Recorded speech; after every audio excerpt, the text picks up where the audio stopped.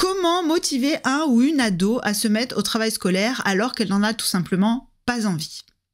Alors vous allez me dire, dites donc Sandrine, ça serait-il pas une question à laquelle tu aurais déjà répondu dans ta vidéo précédente? Et je vous dirais, c'est pas faux. Donc je vous invite à aller voir la vidéo précédente en question. Je mettrai le lien dans la description de la vidéo. Mais en fait, dans la vidéo d'aujourd'hui, je veux aller un peu plus loin en abordant la question du lâcher-prise et comment on peut décider de lâcher prise ou au contraire décider de ne pas lâcher prise. Déjà, on va partir d'un constat simple, on ne fait pas boire un ado qui n'a pas soif. Un âne, pardon, le lapsus est révélateur, on ne fait pas boire un âne qui n'a pas soif. Si votre ado n'est pas prêt à s'investir dans ses devoirs parce qu'il ou elle a simplement la flemme, c'est sa vie qui est en jeu et pas la vôtre.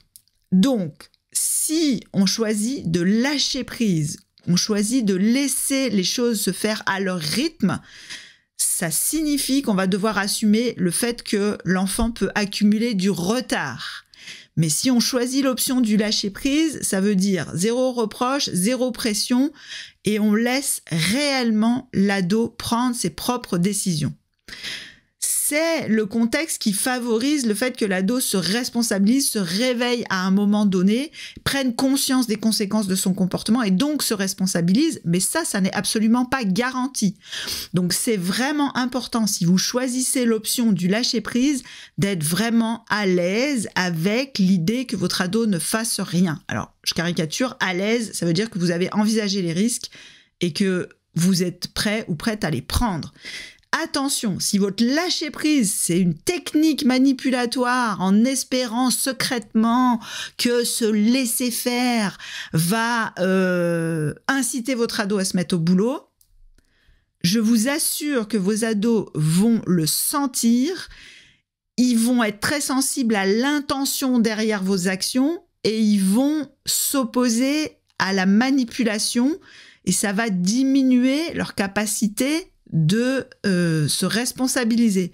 Donc, si vous voulez que votre ado prenne ses responsabilités, c'est important qu'il ou elle sente que c'est vraiment son choix, sans arrière-pensée de votre part, même si ça vous fait un peu stresser, même si vous trouvez ça dommage.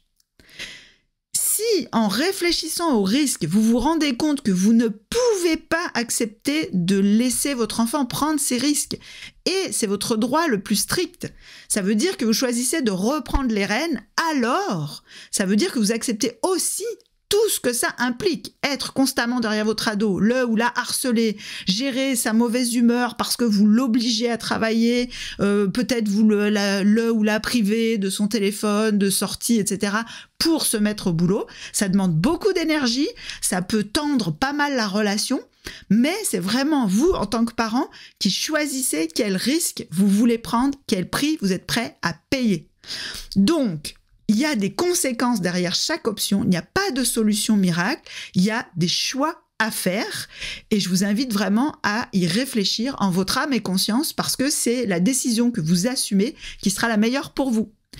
Sur ce, je vous dis à bientôt pour une prochaine vidéo.